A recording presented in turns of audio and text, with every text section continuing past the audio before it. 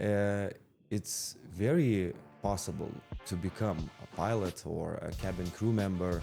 We already know Boeing expects a shortage of over 600,000 pilots in the next 20 years. Why it's good to seek for the open offer through the agency? One pilot wants to have stable, regular flight operations.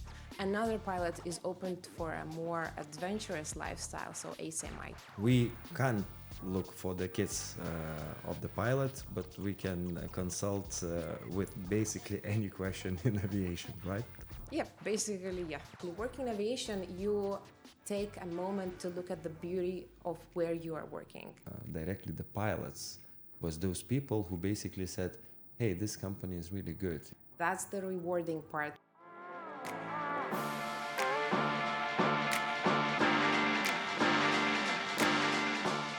I'm very happy to have you here, Katerina. Jekaterina or Katerina? How do you want to be called here today? Depends. In international world of aviation, I adjust, let's say, to my partner. So whatever fits you. It's a very corporate answer, you know. Like for each client, you're always adjusting for the situation.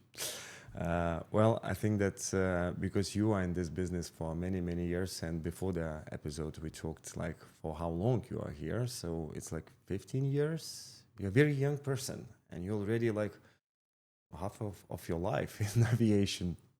Well, yeah, I started very, very early years, right after my graduation. By chance, I got into aviation company by writing my bachelor thesis, and then just everything stick together. And then I stayed in aviation and proceeded with my career, specifically in contracting and recruitment. So basically, I was fresh and young, but I had to kick off fast and learn a lot from professionals. I had very good mentors that gave me a lot of knowledge. It was very challenging, but also very beneficial to learn. And actually, I can right away say, for those people who are afraid to, or maybe doubting to enter into new industry, something new to learn, because I don't have background of family being in aviation. So if you are interested and keen to learn, nothing is impossible. But in your case, I would say you are, you know, in basketball, we say something that it's not like a rule, but sometimes when the coach of the basketball team were playing before, there is a huge chance that he will be a good coach. Not necessary, but usually like that. In your case, it's the same. You start work in aviation in which field? That was not recruitment, right? Definitely not. I started from the basics, from data mining. So actually, it gave me a very good background to understand, to learn from scratch.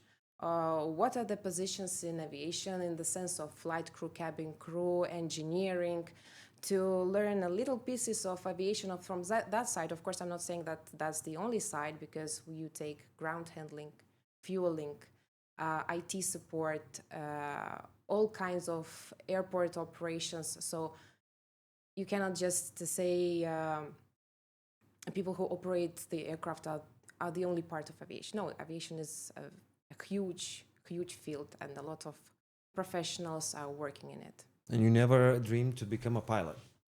I'm probably, it's very romantic profession, but no, I'm actually a graduate. I actually graduated economics, so I'm more of, to begin with, I'm more of a number and math person, and planning and seeking new opportunities. So probably not piloting. You literally were thinking how to buy a private jet with the pilot, but not to be a pilot. We can say so. Because I would say that when I was a kid, maybe I had this dream next to the becoming a basketball player or actor in Hollywood or work in television or something like that. But this profession was so far away from me that it looked like it's impossible even to do. But as I understand at the moment in 2025, it's very possible to become a pilot or a cabin crew member and basically to travel around the world, and that romantic feel that everybody knows, now it's reachable, especially knowing what is the huge demand for the professional in this market right now.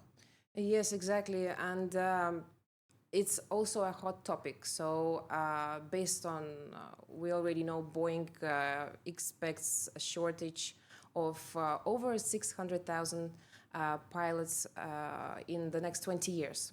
So, being a pilot and cabin crew and engineers, basically, I would say all supporting personnel working in aviation are the hot topics right now.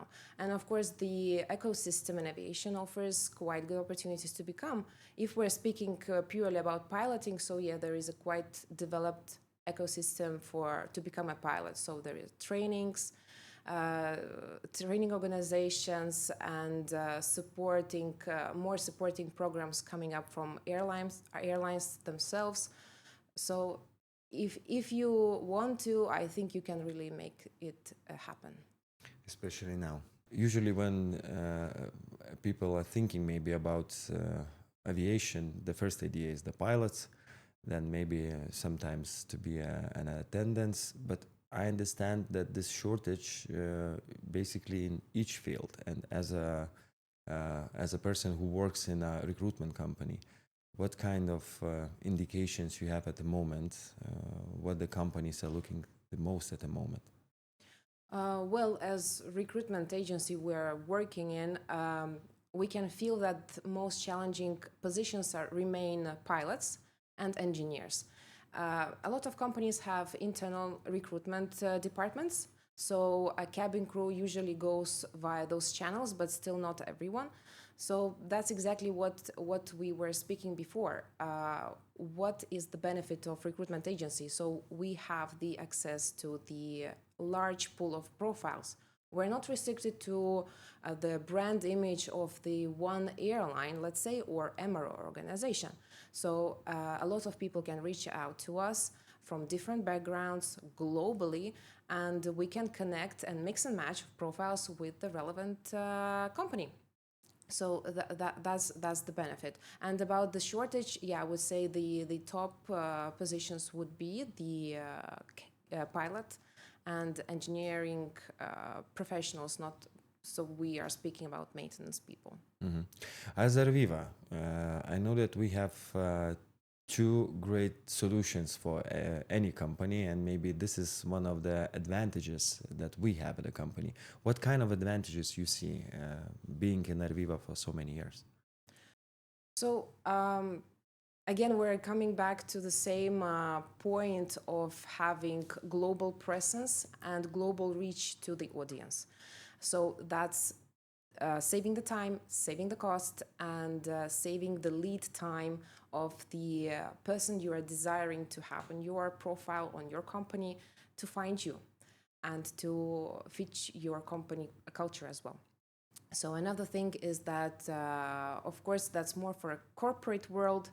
There are solutions when you need let's say you have a short-term project and you need the person here and now. So we can do that, of course. We're speaking, for example, like a peak season, 2-3 months, which is coming in my region, and I have 2 extra planes, and I need a crew. Right? This would be one of the short projects that I have. Yes, I would call a short project can be 1 week, can be Even 5 that. months. Okay. Depends. It all depends. And also there is of course conversion courses for pilots, but that's another challenge that needs to be operationally tackled. But nothing again is impossible. So we can find the solution with our client how to create a pool of profiles that would be on the record and they could join here and now.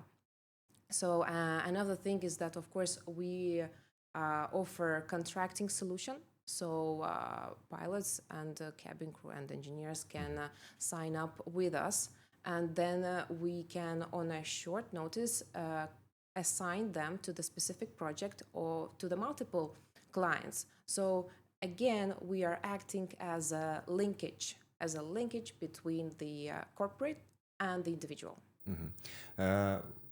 it still sounds that a really good advantage from the company perspective. But let's say I am a professional in aviation, so why is good to seek for the open offer through the agency, or like to join the agency, and what you are giving to me? Basically, the hiring process, I may say, is straightforward. So you reach out to us. First of all, even if you don't see the offer that suits you here and now, you can register in our database, and then when the offer comes, you don't need to, every day, every hour to check the job offers. We gonna screen our data and gonna reach you out ourselves. And also, when we say about the stage of already onboarding, we communicate all terms and conditions. We also listen to our contractors, and we act as advisors. So where is better for you? What suits you the best? We also learn about the culture of the company. If we take again a flight crew, so it's an airline. So what is the culture of the airline? What is the style? So again, because not every one pilot wants to have stable, regular flight operations. Another pilot is open for a more adventurous lifestyle, so ACMI gets that. So that again depends. And also, we take care of other matters for our individuals. We offer extra services. We can expand to the insurance, loss of license interest, travel insurance. So that's different aspects. So it goes the long way. We are focused on the long-term relationship with all of our customers. We are speaking, I would say, corporates, companies, and individuals are our customers as well. Actually, you mentioned that, but what I was surprised when I joined the company, that in the beginning it sounded like a recruitment company, but Aerviva is not a recruitment company. This is a company who's basically, the word consultancy in aviation is a huge, because of this like very, very wide angle of partners that Aerviva has. Am I right? Yeah, that's right. I mean, a part of offering 360 scope for recruitment service, even though some clients may not seek 360, they want, I don't know, for example, just the part of screening. That's fine. But we do offer 360 scope for recruitment services, and also it's extending to onboarding, contract management, advisory along the way, and supporting services like I mentioned, insurance, and some other operational cost saving. And if we go a bit further away, we can speak of general aviation consultancy up to the aircraft acquisition. So that we offer case-by-case project-based consultancies as well. Mm-hmm. We can also expand to ferry flights, exactly as you mentioned, because of the let's say luxury that we have to our network of reliable partners. Mm-hmm. We can't look for the kids of the pilot, but we can consult with basically any question in aviation, right? Yeah, basically, yeah. Okay. I noticed that after like basically spending some time with you guys, I'm seeing that this pressure that recruitment company has, it's like it doesn't have a vacation. In general, it's a work 24/7. And those times, as people usually going for vacation or having holidays or some celebrations, a recruitment company is working because aviation is working. So during the time, all this time in this recruitment company, have you always had your Christmas Eves with the family, or there was a time when you were in the office or just doing something on your phone? Well, doing something on your phone is like a daily thing. So about the Christmas, well, it came with the years. Now I am enjoying the celebrations more or less in my family circle, not near the laptop. But it sounds that you make a decision like that I will enjoy the Christmas. It sounds like that. Sometimes you need to, because Aviation or not, it's important to take care of your psychological health and on the work-life balance. When you're young, you are driven with the energy that you have, but even though I'm not that old, but if you are going fast like 24/7 all the time and you don't take a breath here and now, you may run out of that energy. So it's important, I would say, for any person to take that breath during the day, after the work, and also look around what's happening, so that when especially working in aviation, you take a moment to look at the beauty of where you are working and at the people you are working. So because we are not, machines, after all, we're humans, so it's important to take care of that as well. But it sounds that you already had those situations when that breath was hold, and because there was some situations in this business in general that you needed to manage. So can you share some of the moments during your career? Yeah, of course. I mean, the most situations I would say came at the first 5 years, when I entered this career and business. When I had to learn a lot, and basically what I learned is stress overall comes from absence of certain knowledge. When you know more, you plan more, you know the scenarios, how it's gonna go, so you can be prepared more. And as in recruitment and in any company, all over again, people are the key. So once you build the team that supports you, that supports the idea, that supports the business, you can count on the people that are around you. You may get rid of that stress because your team will support you and it will go ahead. Of course, there are sometimes overtimes happening.